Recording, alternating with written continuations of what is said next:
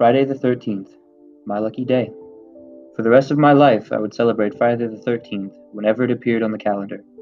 It was the day I should have died but didn't. The day I received a new life.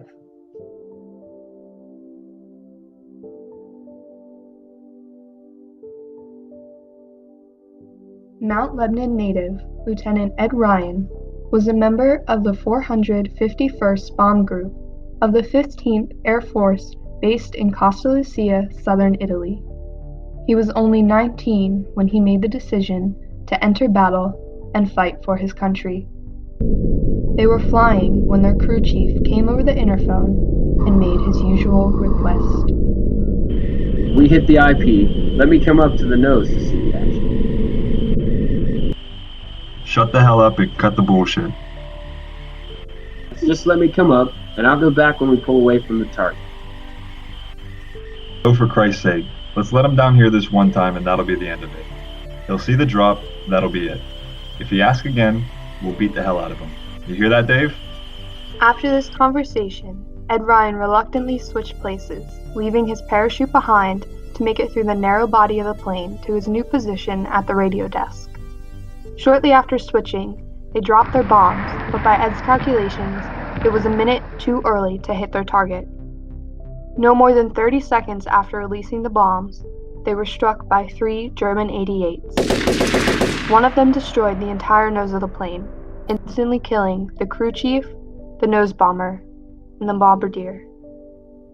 A ball of flame shot through the plane, setting Ed Ryan's left side ablaze.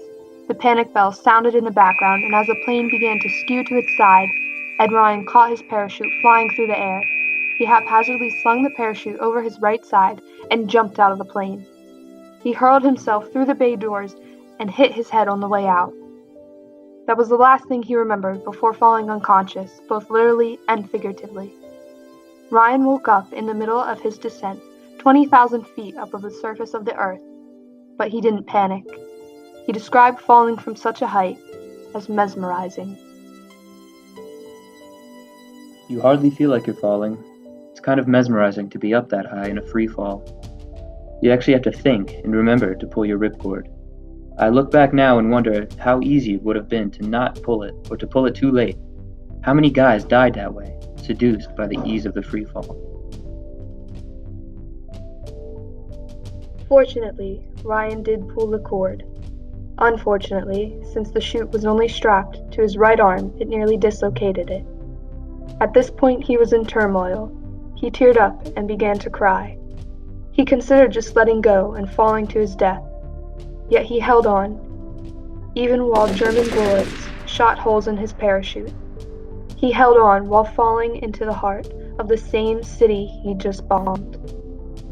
Ryan hit the ground and lost consciousness again.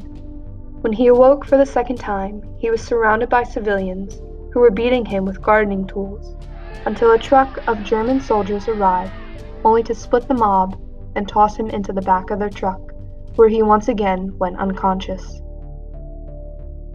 Luftwaffe Hospital is where Ed Ryan was taken after this terrible accident.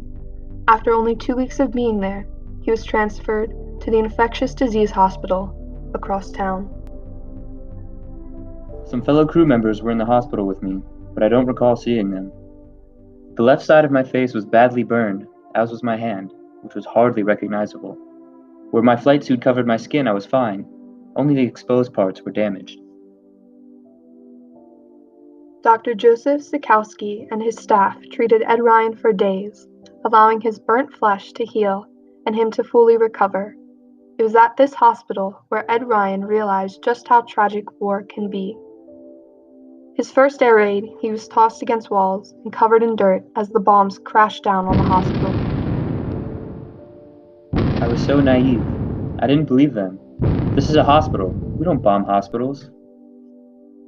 We miss sometimes, is what his fellow soldiers told him.